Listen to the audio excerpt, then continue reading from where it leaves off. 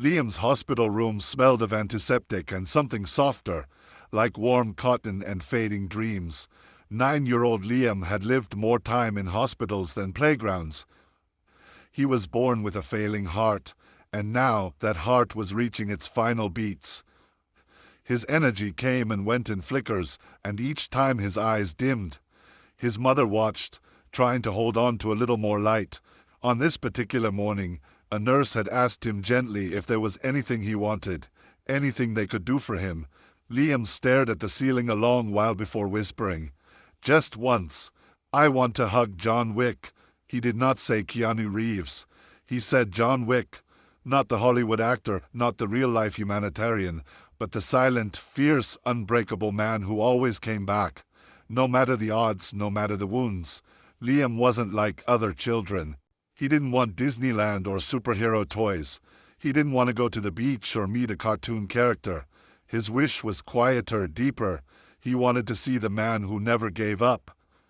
His mother, holding a trembling cup of coffee in her hands, typed the request into a support group forum. "My son only wants one thing before his time is up. He wants to hug John Wick, not just see him. Hug him." The post wasn't meant to be viral. It was a tired mother's quiet act of desperation. She didn't expect it to be read, let alone shared. But the world has a strange way of listening when the right kind of silence speaks. Within 24 hours, 1,000 people had shared her message. Film crew members, fans, journalists. Nobody asked for money. Nobody asked for fame. They simply passed the message along, whispering it into the algorithms of social media like a prayer. Let this boy meet his hero. And then one morning the hospital phone rang. A woman's voice said softly, "We can't promise anything, but if you can bring Liam to Los Angeles, something special might happen." It was early morning when Liam arrived at the studio. The skies were overcast, and the wind pushed softly against the studio gates like even nature was holding its breath. Liam wore his favorite coat, faded blue and 2 sizes too large.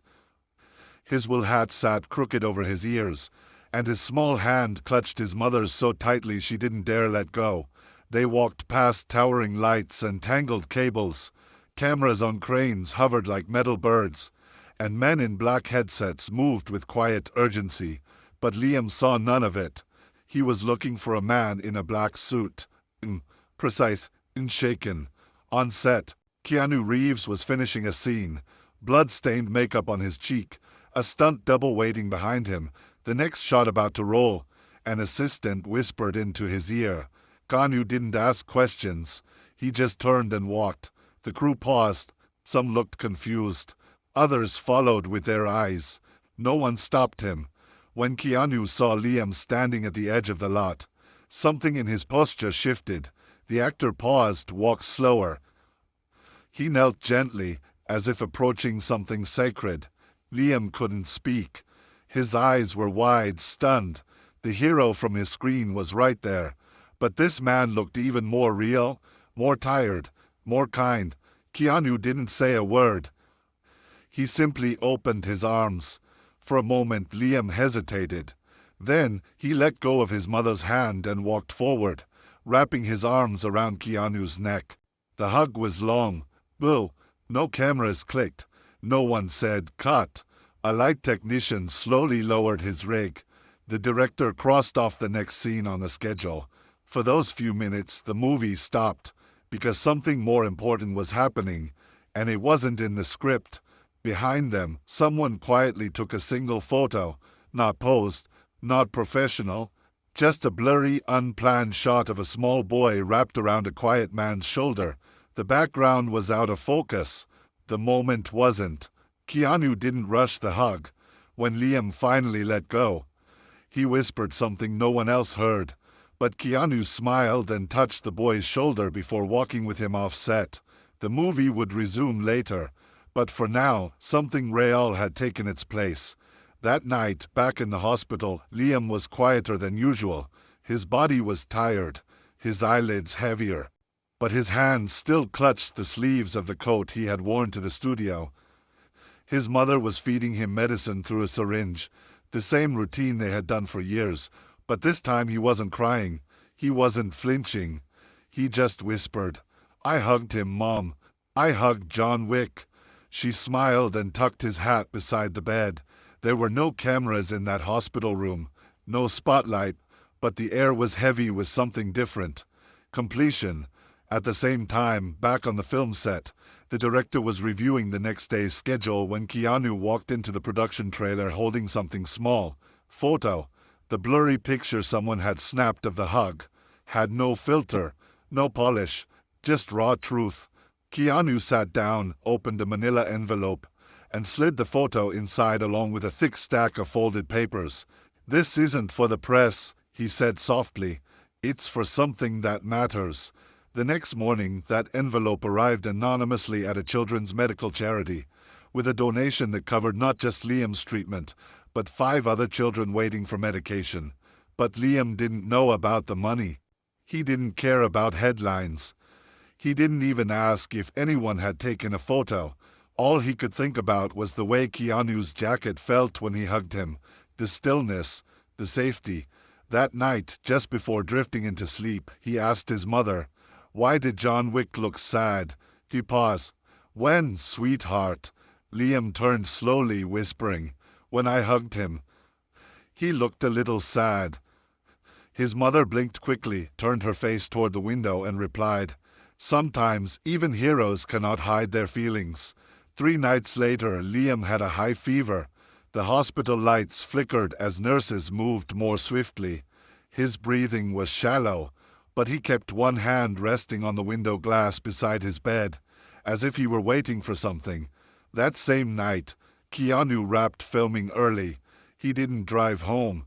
He didn't call anyone. He drove to the hospital. No one recognized him at first. Baseball cap pulled low, dark coat wrapped tight. But when he said, "I'm here to visit someone," no one stopped him. Keanu walked into Liam's room as if entering a chapel. The lights were dim. The machines beeped faintly. Liam was asleep.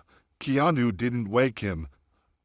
He sat beside him, took the boy's hand gently, and whispered, "Our first hug was just the rehearsal. This is the real one." He didn't speak again. He stayed until dawn, unmoving, holding Liam's hand. When a nurse quietly entered, she froze, tears catching in her eyes.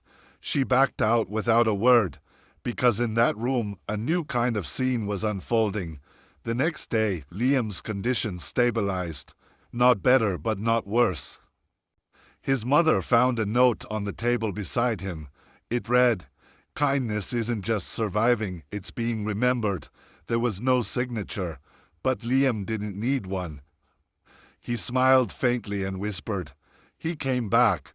Later, back on set, the director added a scene that hadn't been in the original script. A silent sequence. No dialogue. Just a lone figure walking down a hospital corridor, light casting a shadow behind him. No violence, no action, just stillness. When asked what it was for, Keanu answered simply, "This is Liam's scene." Liam's final morning came quietly. The hospital staff moved softly. The monitors still blinked, but the sounds were muted. His mother was asleep beside him, still holding his hand. Outside, the sunrise filtered through the blinds in golden strands, touching his small frame with light. There was no sudden moment, no drama. Just a soft, gradual peace that settled across the room like the end of a song. Liam's heart stopped at 6:07 a.m., not with fear, but with peace. Outside, a man stood in the hospital parking lot. He wore a black coat, a hat pulled low, and sunglasses that hid his eyes. But the way he stood, silent, still, told a different story. He removed his sunglasses and bowed his head. No press release was issued.